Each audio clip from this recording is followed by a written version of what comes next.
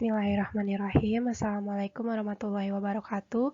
Perkenalkan, nama saya Hikmah Nurlaili Maulida dengan NPM 40621100118. Saya akan mempresentasikan sebuah tugas dari riset teknologi informasi yang dimana tugasnya adalah mencari 10 paper dengan topik yang berkaitan. Jadi, topik yang saya ambil yaitu tentang pendidikan. Oke, untuk paper pertama, judulnya adalah Persepsi Siswa Terhadap Kompetensi Guru SMA dalam Pembelajaran Daring. Latar belakang masalah.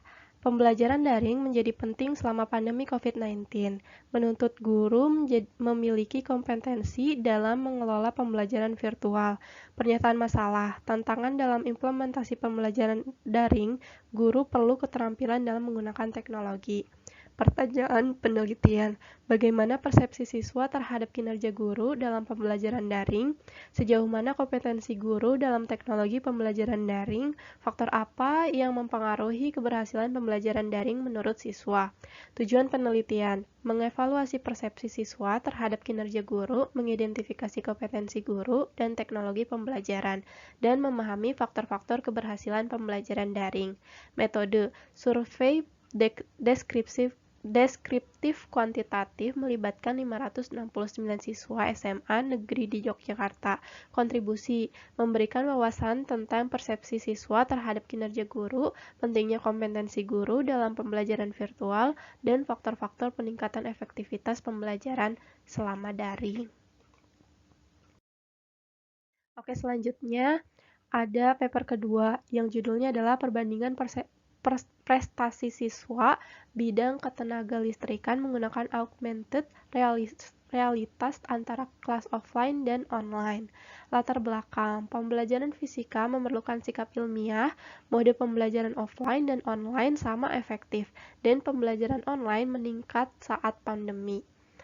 Pernyataan masalah, sulit mengevaluasi efektivitas pembelajaran dan metode pembelajaran mana yang lebih baik, offline atau online. Pertanyaan penelitian, apakah perbedaan prestasi siswa antara kelas offline dan online? Bagaimana augmented reality membantu siswa belajar fisika? Tujuan penelitian, bandingkan prestasi siswa offline dan online, serta lihat bagaimana augmented reality membantu siswa fisika. Metode yang ada, studi panjang dengan sistem penelitian kelas, penggunaan augmented reality dalam fisika, dan pembelajaran sains online saat pandemi. Kontribusi dan hasil, pahami perbedaan prestasi siswa offline dan online, serta lihat bagaimana augmented reality membantu siswa dan pengembangan metode pembelajaran. Selanjutnya, untuk paper ketiga, saya mengambil judul tentang analisis pembelajaran dalam meningkatkan kemandirian pada anak usia 5-6 tahun. Yang pertama ada latar belakang masalah. Latar belakang masalahnya adalah masih ada anak-anak usia 5-6 tahun yang belum mandiri. Pernyataan masalahnya, bagaimana meningkatkan kemandirian anak usia 5-6 tahun di lingkungan sekolah. Lalu, pertanyaan penelitian, bagaimana guru meningkatkan kemandirian anak usia 5-6 tahun dan mengatasi hambatan-hambatan yang muncul. Tujuan penelitian meneliti metode dan media pembelajaran yang efektif dalam meningkatkan kemandirian anak usia 5-6 tahun.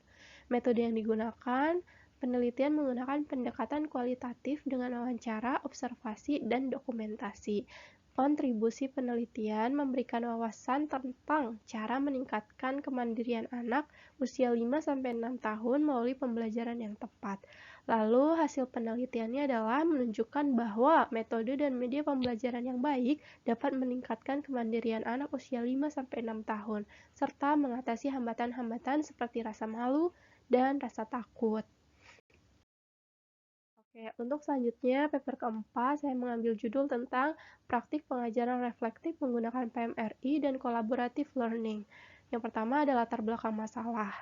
Artikel ini membahas tentang implementasi reformasi kurikulum matematika dan praktik pengajaran reflektif menggunakan PMRI dan collaborative learning. Pernyataan masalah, bagaimana meningkatkan praktik pengajaran reflektif guru matematika dalam konteks translasi geometri.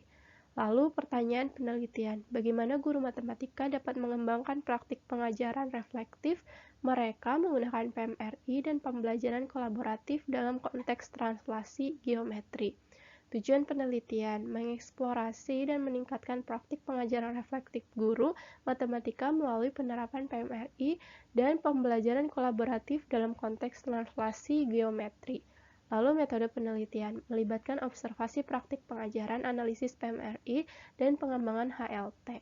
Kontribusi penelitian adalah pengembangan praktik pengajaran reflektif, dan pemahaman yang lebih baik tentang PMRI serta pembelajaran kolaboratif. Untuk paper yang kelima, implementasi pendidikan multikultural melalui sosial sekolah hubungan modal dalam menciptakan harmonisasi sosial. Latar belakang masalah. Pertama, penelitian ini dilatar belakangi oleh kebutuhan untuk mengimplementasikan pendidikan multikultural melalui relasi modal sosial di sekolah guna mewujudkan harmonisasi sosial.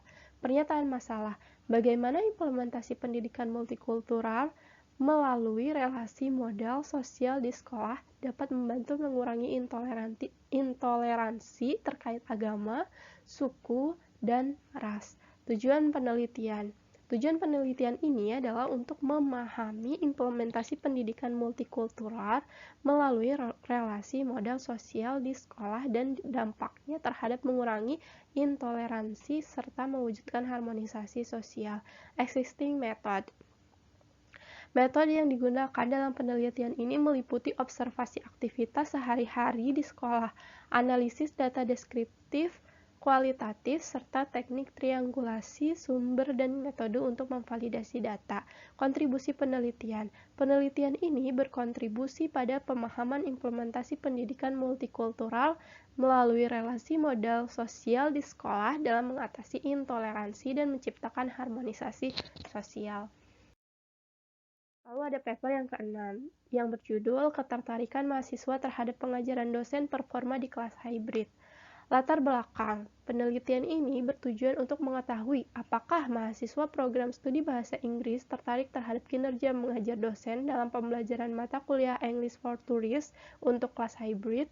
Pernyataan masalah, apakah kinerja mengajar dosen memiliki pengaruh terhadap minat mahasiswa dalam mempelajari mata kuliah English for Tourists?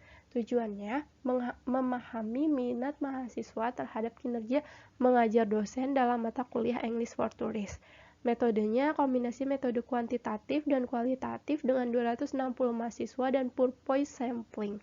Kontribusi penelitian ini memberikan kontribusi dalam memahami hubungan antara kinerja mengajar dosen dengan minat mahasiswa dalam mempelajari mata kuliah English for Tourists. Hasilnya, kinerja dosen mempengaruhi pada minat belajar mahasiswa dalam English for Tourists. Selanjutnya, untuk paper ketujuh yaitu judulnya Analisis Kemampuan Pemecah Masalah Matematika melalui pembelajaran daring menggunakan model pembelajaran berbasis masalah. Yang pertama ada latar belakang masalah. Pembelajaran daring semakin populer selama pandemi COVID-19. Sementara pentingnya meningkatkan kemampuan pemecahan masalah matematika siswa dengan model pembelajaran berbasis masalah. Pernyataan masalah, bagaimana gambaran kemampuan pemecahan masalah matematika siswa melalui pembelajaran daring menggunakan model berbasis masalah? Pertanyaan penelitian, bagaimana efektivitas model berbasis masalah dalam meningkatkan kemampuan pemecahan masalah matematika siswa melalui pembelajaran daring? Tujuan penelitian, menganalisis kemampuan pemecahan masalah matematika siswa setelah pembelajaran daring dengan model berbasis masalah. Existing method, penggunaan metode berbasis masalah, analisis data kualitatif, dan teknik triangulasi. Kontribusi penelitian menunjukkan efektivitas model berbasis masalah dalam meningkatkan kemampuan pemecahan masalah matematika siswa.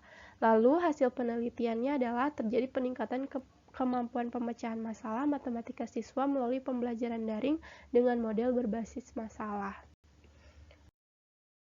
Untuk selanjutnya ada paper ke-8 yang berjudul Pengembangan Smart Book untuk memanfaatkan perkembangan siswa sekolah dasar. Latar belakang masalah. Penelitian dilatar belakangi oleh permasalahan keterbatasan media pembelajaran yang belum bervariasi dan alat serta bahan dalam proses pembelajaran di sekolah dasar. Pernyataan masalah. Keterbatasan media pembelajaran yang belum bervariasi dan alat serta bahan dalam proses pembelajaran di sekolah dasar menjadi permasalahan yang ingin diatasi.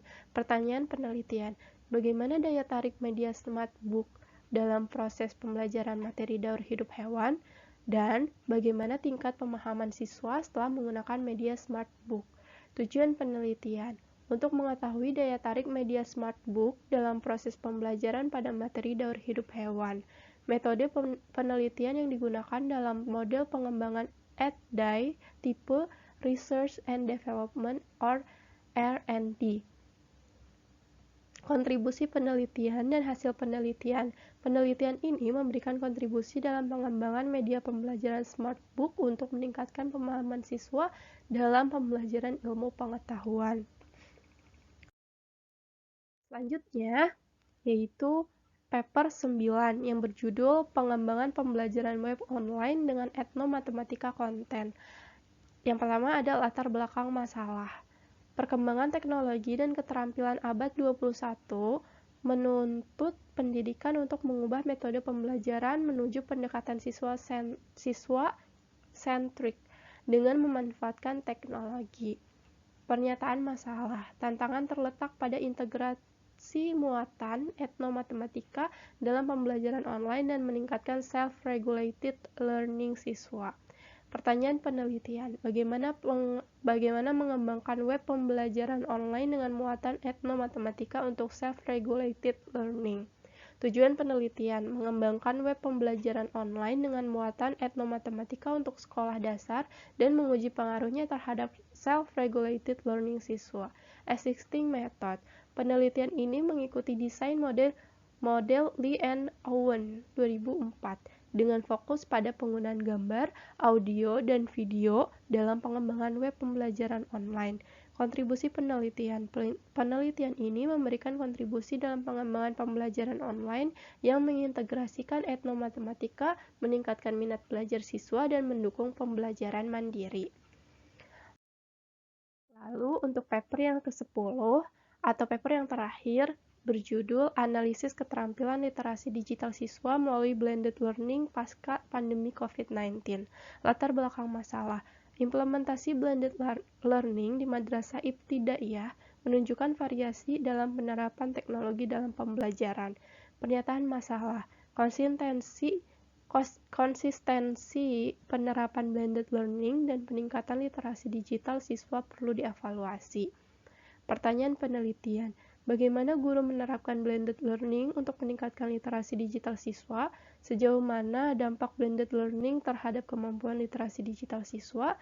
Dan tujuan penelitiannya menganalisis pengaruh blended learning terhadap literasi digital siswa dan mengevaluasi konsistensi penerapannya. Existing metodenya, metode kualitatif dan kuantitatif digunakan dalam pengumpulan data melalui wawancara, observasi, dan angket.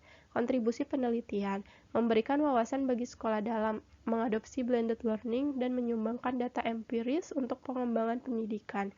Hasil penelitiannya yaitu guru-guru di Madrasah Ibtidaiyah berhasil menerapkan blended learning dengan rata-rata 74,1%. Wow, cukup besar ya teman-teman. Siswa merasakan dampak positif terhadap literasi digital mereka. Oke. Untuk yang terakhir adalah mind map yang saya kerjakan berdasarkan presentasi yang sudah saya lakukan tadi. Jadi, pendidikan ini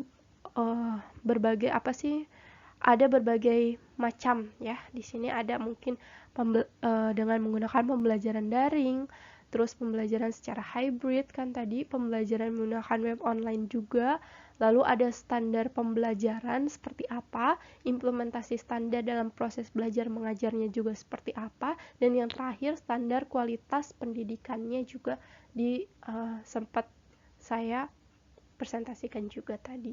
Mungkin cukup sekian presentasi dari saya. Semoga apa yang saya sampaikan dapat tersampaikan dengan baik. Dan mohon maaf bila banyak salah kata ataupun pengucapan yang masih kurang maksimal. Mungkin cukup sekian. Wassalamualaikum warahmatullahi wabarakatuh. Oke, terima kasih.